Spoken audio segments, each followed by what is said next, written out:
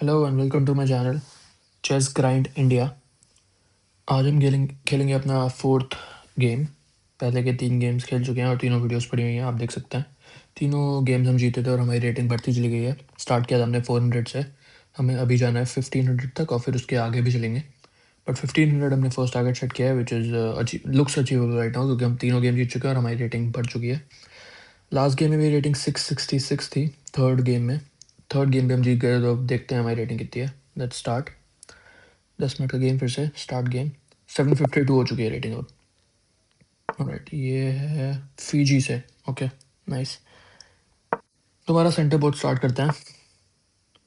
Okay, ये तो उसने बहुत बड़ा ब्लंडर किया है गेम के स्टार्ट में ही। मैं डायरेक्ट इसके बिशप को मार दूंगा।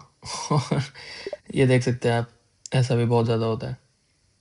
गेम रिव्यू भी आप कर सकते हैं, दिन में 1 या 2 रिव्यूज़ मिलते हैं आपको करने के लिए। बट मैं यूजुअली अभी मेरे को ज़रूरत नहीं है तो मैं नहीं करता, ये ब्लंडर वाले गेम्स थे। कोई बात नहीं, एक और गेम खेलते हैं डायरेक्ट। इंडियन भाई भावेश 846 के साथ, हमें 824 पे ऑलरेडी। जल्दी से स्टार्ट कर देते हैं। मैं हमेशा बढ़ाता हूँ अपनी रानी के आगे वाला पॉन सबसे पहले जब मेरा वाइट होता हूँ, क्योंकि राजा के आगे वाला बढ़ने पर ये हो जाता है। रानी के आगे बढ़ने पर डायरेक्ट कोई मार नहीं देता, क्योंकि रानी पीछे सपोर्ट में खड़ी हुई है। ठीक है, अब इसने ये बढ़ाया तो मैं ये बढ़ाते हैं फिलहाल अपने फ्री हैंगिंग पॉन को सपोर्ट करने के लिए। वो ऑलरेडी सपोर्टेड है तो कोई दिक्कत नहीं है। दूसरे बिशप को बाहर निकालते हैं। अब इसने क्या किया है, ये अपने पॉन से मारेगा मेरे पॉन को, तो मैं अपने नाइट से मारूंगा इसके पॉन को। फिर ये अपने नाइट से मेरे नाइट को मार देगा, अपने घोड़े से मेरे घोड़े को मार देगा, तो मैं कुछ नहीं कर पाऊंगा।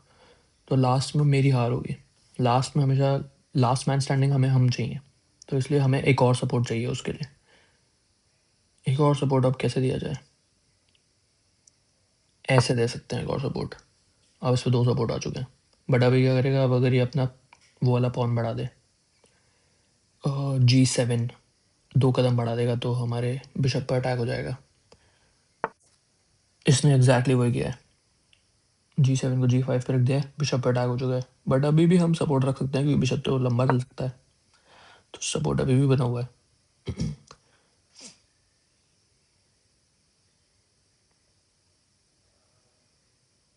हम देखते हैं क्या करता है।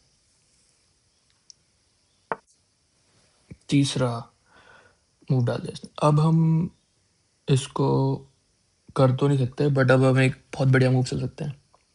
वो क्या है, अब इसके हम रानी को डायरेक्ट अटैक कर सकते हैं, क्योंकि अगर मैं इसको यहाँ रख दूँ तो देखो इसकी रानी पर डायरेक्ट अटैक हुआ है। अब इसको रानी बचानी ही पड़ेगी, कहीं ना कहीं मूव कर। ये मेरे ख्याल से रानी को 1 कदम आगे बढ़ाएगा। स्मार्ट मूव तो वही होगा, बट इसने वो नहीं किया। अगर वो ये करता तो हम फंस जाते, बट इसने वो नहीं किया है। तो अब हमने क्या किया है, यहाँ रख के हमने एक बढ़िया मूव किया है, जिससे अब अगर हम इसको मारते हैं तो इससे मारेगा। अब हम अगर इसके घोड़े को मार दें तो अपनी रानी से मार दिया, इक्वल ट्रेड ऑफ हो जाएगा। क्या हमें मारना चाहिए? इक्वल ट्रेड ऑफ कर सकते हैं, बट मैंने पहले भी काफ़ी बोला है कि नाइट्स काफ़ी इंपॉर्टेंट होते हैं, तो फिलहाल बचा लेते हैं। इक्वल ट्रेड ऑफ नहीं करना चाहिए, मतलब इक्वल ट्रेड ऑफ कर सकते हो जब कोई और चारा नहीं बचाओ तो कर सकते हो, वरना अवॉइड करो मारना। ज़्यादा स्मार्ट मूव होगा कि अगर आप अपने पीसेस को अच्छे से यूज़ कर पाओ, ना कि उनको मार काट में लगा पाओ। देखो इसका जो एक फ्री हैंगिंग पॉन था, इसने उसको सपोर्ट किया है, तो मतलब इसने अच्छा मूव किया एक। अब एक काम करते हैं, बाकियों को भी बाहर निकालते हैं। एक बिशप हमारा अंदर बैठा हुआ है, अंदर बैठे हुए कभी भी सही नहीं होते, उनको बाहर निकालो। अब मैं इसको बाहर निकाल के मैं जो सोच रहा हूँ अपने वाइट वाले बिशप के लिए, मैं उसको रखूँगा F4 पर, यहाँ। क्यों? ताकि ये डायरेक्ट इसके रुख को अटैक कर पाए। अभी अपने रुख इसने अच्छा, मुझे पीछे रहना पड़ेगा। मैंने इसको मारा क्यों नहीं? मैं इसको मारता तो ये अपने जो इसका F6 पे रखा हुआ है घोड़ा, उससे मारता। मैं अपने घोड़े से मारता, फिर अपनी रानी से मारता, मैं अपनी रानी से मारता। ऑल्दो हम खड़े रहते, बट वो भी इक्वल ट्रेड ऑफ वाली बात होती, तो क्यों करना है वो। अच्छा अच्छा अच्छा, इसने यहाँ रखा है। अब देखो, अगर मैं अपने नाइट को यहाँ से हटा के बचाऊँ तो डायरेक्ट मेरी रानी को मार देगा, तो मैं अपने नाइट को यहाँ से हिला नहीं सकता हूँ टेक्निकली। बट ये अगर मारेगा तो मैं अपनी रानी से इसको मार दूंगा, तो इक्वल ट्रेड ऑफ है फिलहाल। क्या किया जाए, कुछ और करते हैं।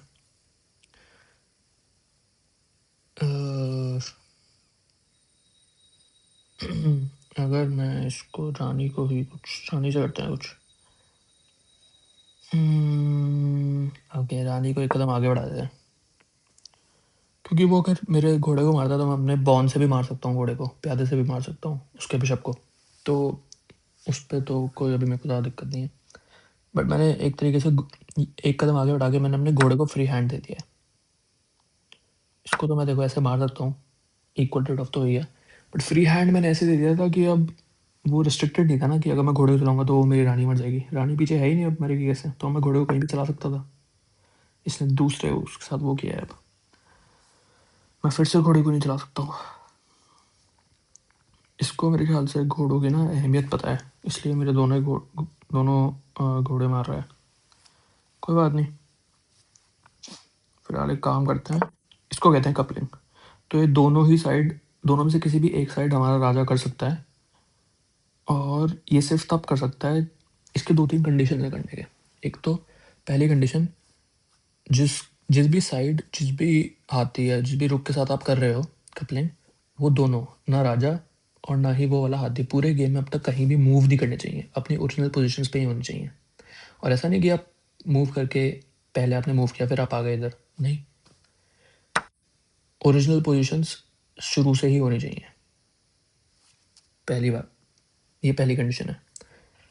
अब देखो इससे मारा है तो मैं या तो अपने इससे मार सकता हूँ पॉन से, बट मैं उससे नहीं मारूंगा, क्योंकि अब मैंने कपलिंग करी है तो मैं अपनी ये वाली साइड को इंटैक्ट रखना चाहता हूँ, इसलिए मैं अपनी रानी से मारूंगा। ये वाले पॉन की साइड को इंटैक्ट रखना चाहता हूँ, वो वाला अब एक तरीके का मेरा छोटा सा कासल बन गया है, तो मैं उस कासल को वैसे ही रखना चाहता हूँ जैसे वो है। हाँ, तो पहली कंडीशन वो थी कि वो दोनों अपनी जगह पर, ओरिजिनल जगह पर होने चाहिए। दूसरी कंडीशन, राजा पर उस जिस टाइम कपलिंग कर रहे हैं उस टाइम चेक नहीं होना चाहिए राजा पर। तीसरी कंडीशन, जब हम कपलिंग कर रहे हैं तो कपलिंग की जो बीच की जगह है, जैसे मैंने अभी टोटल, मेरा राजा था E1 पर, और ये वाला हाथी जिससे मैंने कपल किया है वो था A1 पर।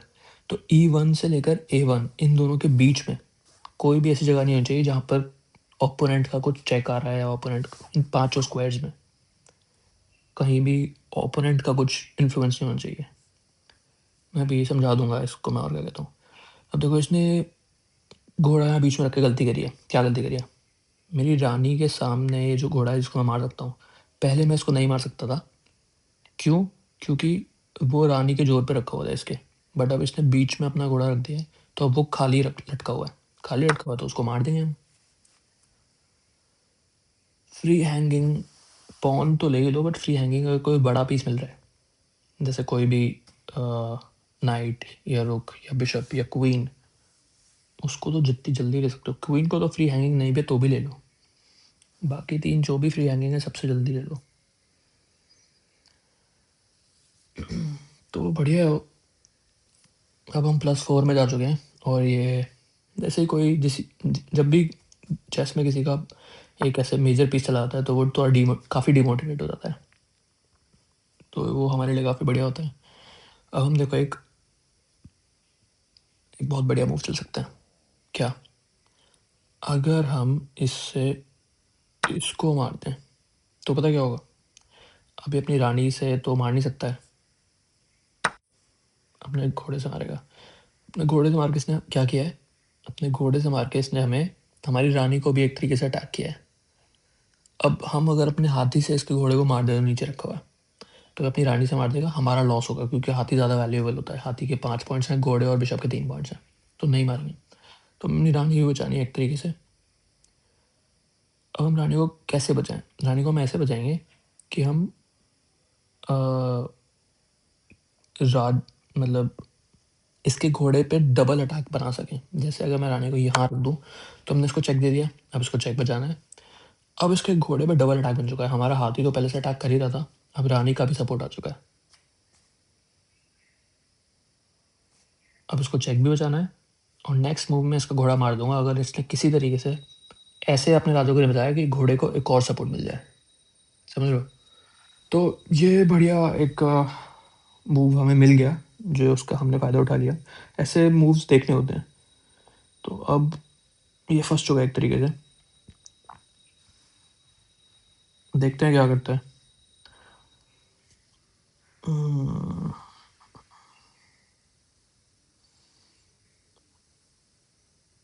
तो ये अटैक ही कर मतलब अबैंडन भी कर सकता है, वैसे नहीं किया इसने। बढ़िया, नाइस।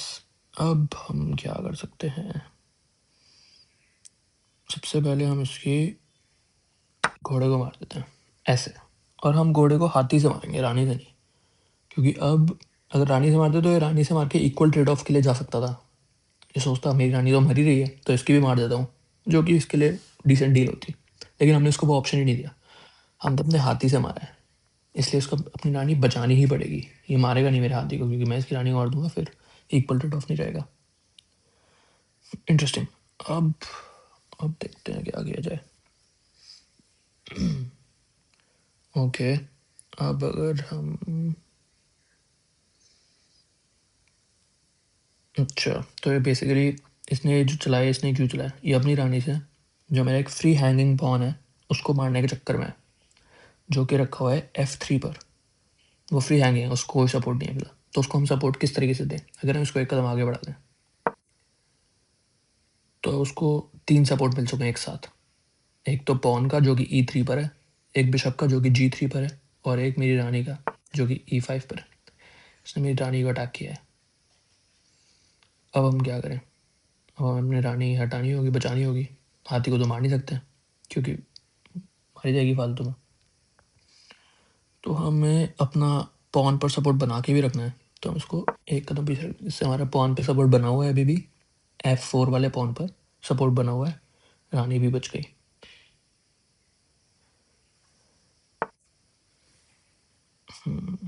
ठीक है। अब अगर मैं इसके पॉन को मार दूं अपने F4 वाले पॉन से, इसके G5 वाले पॉन को मार दूं, तो उससे क्या होगा। बस मैं इसके पॉन को मार सकता हूँ क्योंकि वो फ्री हैंगिंग नहीं है, वैसे हाथी है पीछे, बट मेरा हाथी भी है उस साइड में। फिर उसका हाथी मार दिया तो बेसिकली फ्री हैंगिंग है, वो नहीं मारेगा अपने हाथी से। बट वो क्या करेगा, नथिंग मेजर, मार ही देते हैं। क्योंकि अगर वो अपने हाथी से मारता है तो मैं अपने हाथी से मार सकता हूँ, जो कि मेरा हाथी जो D5 पर है, हॉरिजॉन्टली जाके मैं उसके हाथी को मार सकता हूँ, तो वो नहीं मारेगा। और वो अपनी रानी से सबसे नीचे वाले पॉइंट जो मेरा F2 पर है उसको भी नहीं मार सकता है। क्यों, क्योंकि बिशप रखा है, G3 वाला बिशप उसको सपोर्ट कर रहा है, तो वो उसको भी नहीं मार सकता है। तो हमारा बढ़िया सिचुएशन थी इसलिए। अब देखो इसने क्या किया, इसने मेरे हाथी को अटैक किया है। हाथी को इसने अटैक इसलिए किया है ताकि ये मेरे मैं अपने हाथी को बचाऊं और ये किसी तरीके से इस वाले पॉन को, मेरे G5 को मार दे। उसके लिए मैं क्या कर सकता हूँ, इसको अगर मैं यहाँ रख दूँ, अब अगर ये अपने हाथी से मेरे हाथी को मारता है, मैं अपनी रानी से इसके हाथी को मार दूँगा, इक्वल ट्रेड ऑफ हो जाएगा। तो यहाँ पर हम इक्वल ट्रेड ऑफ कभी कभार, हम जो मैंने बताया था, कभी कभार इक्वल ट्रेड ऑफ कर सकते हैं। इसमें ना किसी का लॉस है ना किसी का, बट इसका लॉस है एक्चुअली। इसका लॉस कैसा है इक्वल ट्रेड ऑफ में, अब मैं ऑलरेडी +6 में चल रहा हूँ, +6 में उसका मतलब मैं एडवांटेज में हूँ। अब इसका कोई भी अगर पीस जाता है, भले ही वो इक्वल ट्रेड ऑफ हो, तो मेरे लिए वो ज़्यादा बेनिफिशियल होगा क्योंकि मैं ऑलरेडी एडवांटेज में हूँ। तो इसके पीसेस अब जितने कम होते रहेंगे उतना मेरा फ़ायदा होता रहेगा। समझदारी इसी में है कि अपने पीसेस को बचाओ, भले ही इक्वल रेट ऑफ क्यों ना हो। इसने भी वही किया है, बट इसने एक क्रूशल चीज़ मिस कर दी है, जो कि है चेक।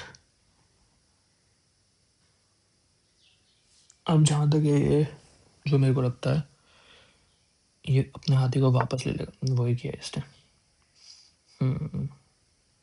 अब मुझे अपनी रानी किसी तरीके से बचानी होगी, तो मैं यहाँ रख के चेक दूंगा।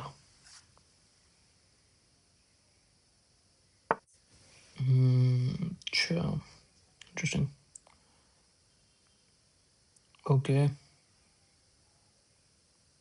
इसको मार देते हैं। ये मैंने इसलिए किया क्योंकि इक्वल ट्रेड ऑफ में अब मुझे फ़ायदा है क्योंकि मैं ऑलरेडी प्लस में चल रहा हूँ। अच्छा, अब हम रखेंगे इसको। एक हाथी जो हमारा अब तक गेम में था ही नहीं, उसको लेकर आते हैं। सारे पीसेस का गेम में होना बहुत ज़रूरी है। अगर आपके पीसेस वहीं रखे हुए हैं जहाँ ओरिजिनल पोजीशन थी, तो वो पीस वेस्ट है। It's as good as dead, sorry. तो आई थिंक सारे पीसेस का गेम में होना बहुत ज़रूरी है। ओके,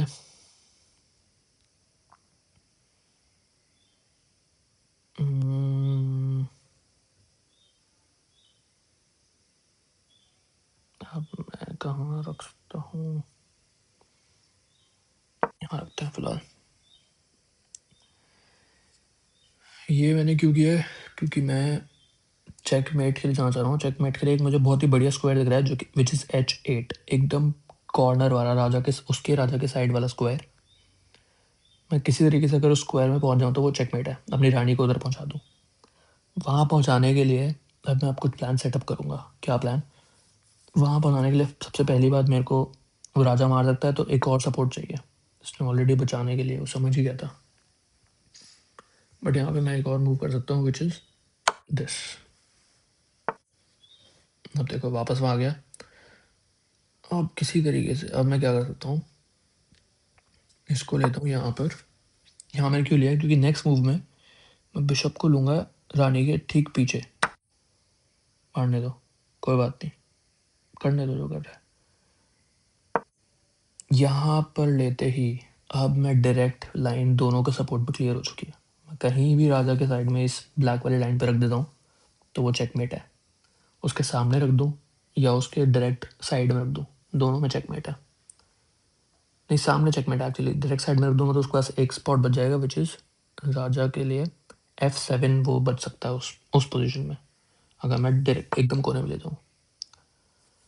इसलिए मैं अब देखो, अगर मैं एकदम कोने में रख दूँ, मेरा 1 मिनट से कम टाइम बचा, इसलिए मेरे पास आवाज़ आ गई कि भाई 1 मिनट से कम टाइम है। एनीवे, नेक्स्ट मूव में चेकमेट है तो मैं आराम से समझा सकता हूँ।